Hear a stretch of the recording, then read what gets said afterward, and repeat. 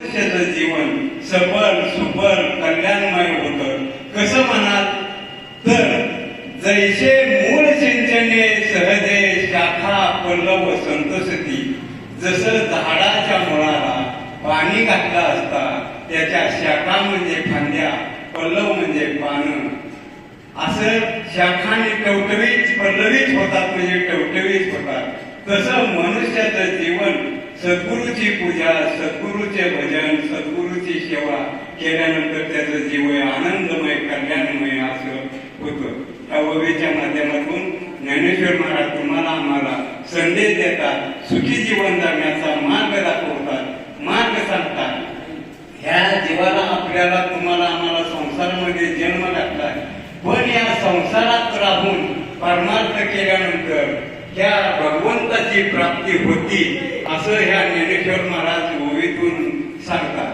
मग संत संगत, संतांची संगत करा. असं संत संगतीचे काय सांगू सुख, आपणा पारिके नाही देते. साधू थोरदाना, साधू थोरदाना, साधू थोरदाना कलियुगे. मग संत संगतीने मायबापू या जीवाचं कल्याण आणि उद्धार सुद्धा होऊन जातो. मग संत संगतीत चंदनाच्या बनामध्ये सुगंधाचा परिमळ, संतांच्या संगतीने ज्ञान मिळेल निर्मळ. संतांची संगत केली असता आपल्या जीवाचं उद्धार होतो, कारण आपल्याला तुम्हाला आम्हाला ज्ञान मिळतं. पण हा जीव आईच्या मातेच्या उदरामध्ये असताना भगवंताला पण तुम्ही आम्ही सगळ्यांनी मिळून वचन दिलं होतं की आईच्या उदरामध्ये असताना पण तुम्ही आम्ही सतत भगवंताचं नाम स्मरण करीत होतो. पण नाम स्मरण करीत होतो, पण काय झालं, बाहेर आल्यानंतर भगवंताला आपण विसरून गेलो. कसं विसरून गेलो? आईच्या गर्भामध्ये 9 दिवस, 9 महिने 9 दिवस असताना भगवंताचं आपण 9व्या महिन्यामध्ये सतत स्मरण करीत होतो.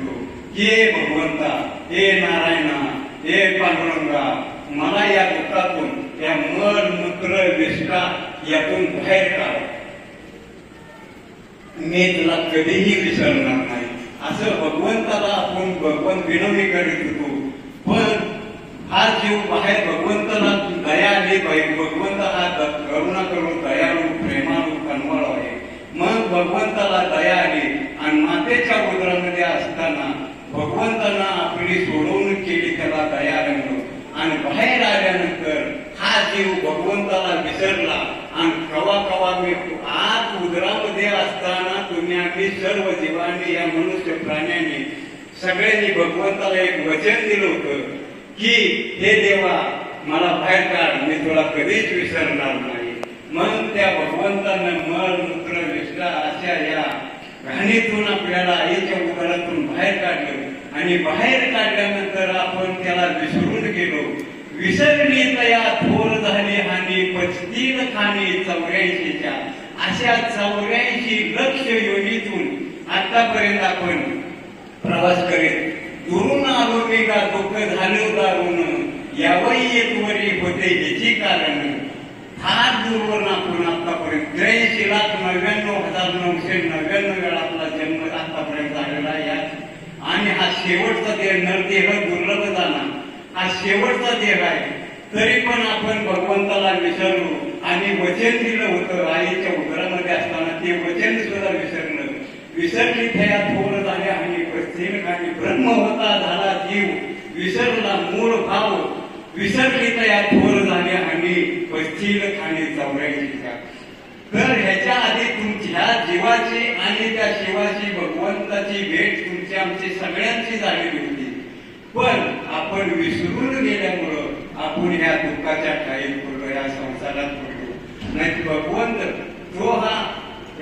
तो हा विठ्ठल बरोबर, तो हा माधव, तो म्हणजे तेव्हा तुमच्या त्या भगवंताची आपली गाठ झालेली आहे त्या वेळेला. आणि आत्ताची मूर्ती ही पांडुरंगाची आपण डोळ्याला बघतो, तो हा. आणि तो म्हणजे तेव्हा आईच्या उदरामध्ये असताना त्याची आपली गाठ झालेली आहे जीवाची. पण आपण बाहेर आल्यानंतर उपजल्यावरी अंगी लागे वायू धरित्री मग अवघीच पडली विसरी त्या भगवंताच्या. पण मी भगवंताला विसरून गेलो आणि देव लय चतुर आपल्या तुमच्यापेक्षा देव चतुर जाणून अंतर वर्तत तसे. तर देव सुद्धा चतुर आहे, पण आपण भगवंताला विसरून गेल्यामुळे ह्या दुःखाच्या कायेत पडल्यामुळं आपल्याला हे दुःख भोगावं लागतंय. त्या संसारामध्ये साधू संत तर सांगतात संसार दुःख मूळ चोहीकडे इंगळ विश्रांती नाही कोठे रात्र दिवस तळमळ. मग त्या संसारामध्ये तर दुःखच दुःख आहे. मग साधू संत सांगतात त्या संसार दुःखमूळ आहे. तर तुम्हाला सुख कुठे मिळेल? सुख एक हेची ठाई बहुपायी संतांच्या म्हणून संत संग करा. मध्ये संत संगत होते, सप्ताह भरतो, संत पंगत होते. तरी भाग्य तुमचं आमचं भाग्य आहे की आम्हाला सुद्धा सेवा मिळते आणि तुम्हाला सुद्धा हे ऐकायला मिळते. या 7 दिवस सप्त्यामध्ये भगवंताच्या नामामध्ये तल्लीन होऊन तुम्ही आम्ही मग्न होतो. तरी या भगवंताच्या नामाशिवाय सृष्टीमध्ये ह्या काही एक तथ्य नाही. मग तुकाराम महाराज सुद्धा सांगतात तुका म्हणे पाते जाती अवघी संतांची आदमे. म्हणून जन्माला येऊन मायबाप सद्गुरू करणं अति महत्वाचं आहे आणि सद्गुरू केल्यानंतरच ह्या जीवाची मुक्ती. मग सद्गुरू केल्यानंतरच ह्या जीवाला मुक्ती किंवा भगवंताची प्राप्ती होती. आता संत संग श्रेष्ठ की तपश्चर्या श्रेष्ठ. एक वेळ असं झालं की ध्रुवास ऋषी आणि वशिष्ठ ऋषी, विश्वामित्र ऋषी आणि वशिष्ठ ऋषी यांच्या दोघांमध्ये वाद झाला.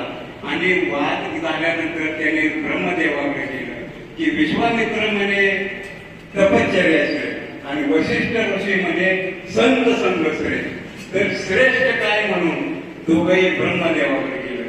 आता ब्रह्मदेवाकडे गेल्यानंतर ब्रह्मदेवाला त्याने हा प्रश्न विचारला दोघांनी की आमच्या दोघांचं एक मत आहे. विश्वामित्र म्हणतात की तपश्चर्या श्रेष्ठ आणि वशिष्ठ ऋषी म्हणतात की संत संग श्रेष्ठ.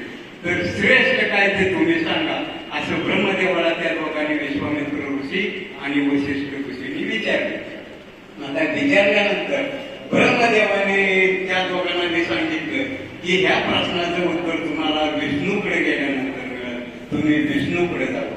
मग ते दोघं विष्णूकडे गेलं आणि विष्णूला त्याने हाच प्रश्न विचारला की संत संग श्रेष्ठ आहे की तपश्चर्या श्रेष्ठ, ह्याचं उत्तर तुम्ही आम्हाला द्यावं. तर विष्णूने सुद्धा सांगितलं की ह्या प्रश्नाचं उत्तर तुम्ही कैलासात जावा शंकराकडे, शंकर तुम्हाला उत्तर देतील. मग ते दोघं विश्वामित्र ऋषी आणि वशिष्ठ ऋषी कैलासात गेले. कैलासात गेल्यानंतर शंकराला प्रश्न विचारला की संत संग श्रेष्ठ आहे का तपश्चर्या श्रेष्ठ आहे. विश्वामित्र ऋषी म्हणतात तपश्चर्या श्रेष्ठ आहे आणि वशिष्ठ ऋषी म्हणतात की संत संग श्रेष्ठ आहे. तरी श्रेष्ठ काय? तर शिवशंकरांनी सांगितलं ह्या प्रश्नाचं उत्तर तुम्हाला आता पाताळात जावं लागेल, शेषाकडे जावं लागेल, शेषाकडे जावं लागेल. शेषच या प्रश्नाचं उत्तर तुम्हाला देते. मग विश्वामित्र ऋषी आणि वशिष्ठ ऋषी पाताळात शेषाकडे गेलं आणि शेषाला हा प्रश्न विचारला की संत संग श्रेष्ठ आहे की तपश्चर्या श्रेष्ठ आहे. तर शेषनागाने सांगितलं की माझ्या डोक्यावर माझ्या माथ्यावर हा पृथ्वीचा भार आहे, तो जरा तुम्ही दोघं जण हलका करा, मग या प्रश्नाचं उत्तर तुम्हाला विचार करून मी देईन. मग विश्वामित्र ऋषी म्हणाले की माझ्या 1000 वर्षाच्या तपश्चर्याचं फळ मी पृथ्वीला दान म्हणून देतो. पृथ्वीने जरा शेषाच्या मस्तकावरनं वर उचलावं. पृथ्वी काय तसं वर आली नाही. मग वशिष्ठ ऋषी म्हणाले माझ्या अर्धा घटकाभराचं सत्संगाचं फळ पृथ्वीला दान करतो. पृथ्वीने जरा शेषाच्या मस्तकावरनं वर उचलावं. तशी पृथ्वी शेषाच्या मस्तकावरनं वर उचलली. म्हणून जसं शेषनागाने सांगितलं की मी तुमच्या प्रश्नाचं उत्तर न देता तुम्हाला उत्तर मिळालंच आहे. मग वशिष्ठ ऋषीने सांगितलं की सत्संग हा श्रेष्ठ आहे. म्हणून संत सज्जन मायबाप संतांची संगत संतांची पंगत करावी. म्हणून तुकोबाराय सुद्धा माझे म्हणतात, संत संगतीचे काय सांगू सुख, आपणा पारीचे नाही तेथे. साधू थोर जाना, साधू थोर जाना, साधू थोर जाना कलियुगी. कलियुगामध्ये साधू हा थोर आहे. आता साधू साधू साधू म्हणावे कोणाचे? साधू दोन प्रकारचे आहेत, एक बंधू साधू आणि एक समर्थ सद्गुरू. मग साधू म्हणावे कोणाचे? आता तुकोबाराय तर म्हणतात, साधू म्हणावे कोणाशी? हे खोल करा बघाय. नित्य भोगे करणारीशी, भोगोनिया चौग्यानारी, पाचवीची इच्छा करी. पाचवीला भोगू गेला, तिच्या पोटी सामावला. तुका म्हणे साधू भला, जन्म मरण नाही त्याला. आता तुकोबारायांनी या भागामध्ये सांगितलेला याचा अर्थ पूर्ण सांगितला म्हणजे तुमच्या लक्षात येईल. साधू म्हणावे कोणाशी?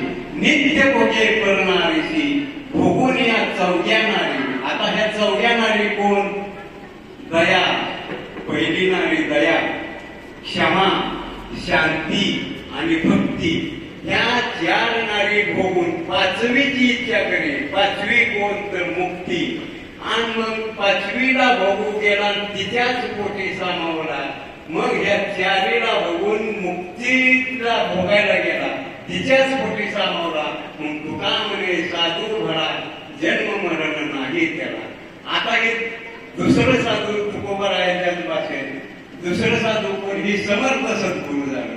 आता दुसऱ्या प्रकारचं साधू कोण? ऐसे कैसे बंधू, कर्म करुणी म्हणती साधू.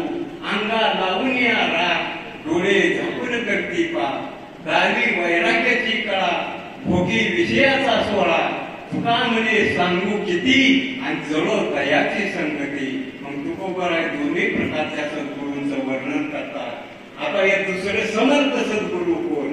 आधी पूजा म्हणू नका, चाले देवावरी सत्ता.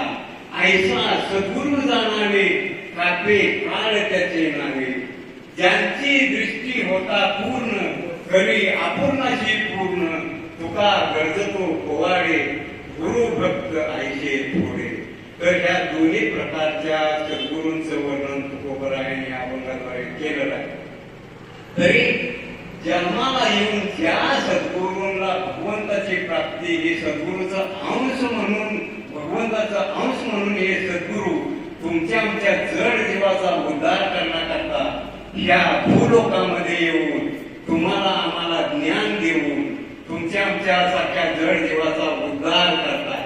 पण त्यासाठी सद्गुरूंना शरण जावं लागतं. शरण गेली याने काय होते फळ, तुका म्हणे कुळ उद्धरिले. उद्धरिले कुळ आपण तरला, तोच एक झाला त्रैलोक्यात. त्रैलोक्यात झाले द्वैतची विमाने, ऐसे साधेले साधन बरवे. बरवे साधन